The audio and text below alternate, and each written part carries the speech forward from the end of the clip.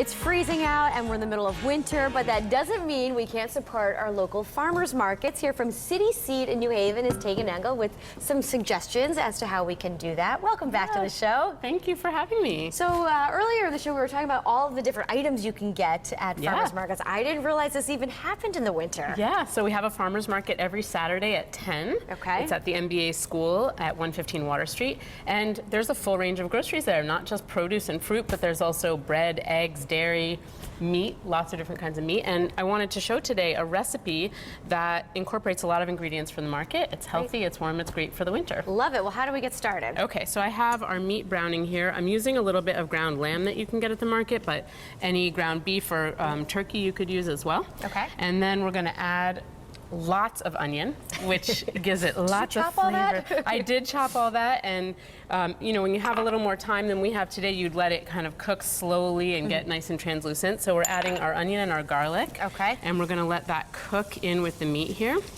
And then I called this a Moroccan stew. I haven't actually been to Morocco and learned traditional cooking. We'll take your word for it. You know, we use some of the spices. So cinnamon is used in a lot of cultures as a savory spice. And it's really one of the things that makes the stew taste really delicious. So we have some cinnamon, some cumin and coriander. Okay. And some hot pepper. Obviously, make it as spicy as you like. I'm giving it a little kick. And what we do is we saute those spices first. And as it starts cooking, I'm going to turn it up here. Oh, I can even smell it already. Yeah. So and nice. By sauteing it in the oil with the onions, you're going to actually bring out the flavor. So then once it's simmering in the broth, it's going to really have a lot stronger, delicious flavor. So we're going to let that cook for a minute. While that cooks, we touched upon it briefly, but food stamps are accepted at the farmers market. It's a really important thing about the market and about what CitySeed does. So we try to make sure that everybody has access to local food, healthy, fresh food from Connecticut farms.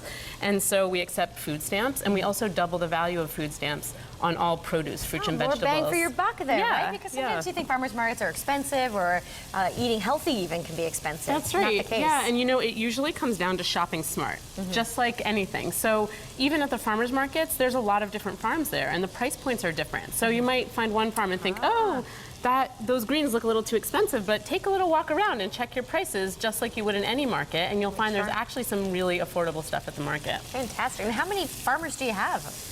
We have about 35 farmers and different vendors at the market. It's all Connecticut produced stuff. And you know, it's indoors, it's warm. We have coffee, we have pastries. They're all from Connecticut bakeries. It's a whole event. I love it. Yeah, so fun. yeah, it's great. So one of the things with this recipe, you were talking about eating healthy. Right. So, you know, there is meat in this recipe, and some people are talking about being vegan or eating less meat. One of the things that I like to do is to actually mix my meat with another protein source. So in this, I'm using lentils. You could also use a can of beans. Chickpeas go nicely in this. And then what you're doing is you're kind of cutting the portion of meat that you're getting in each serving in half, and you're using a really affordable beans. So we're gonna add our lentils. Oh, I forgot to add a little salt. So we're adding about 2 teaspoons of salt, but that's to the whole recipe.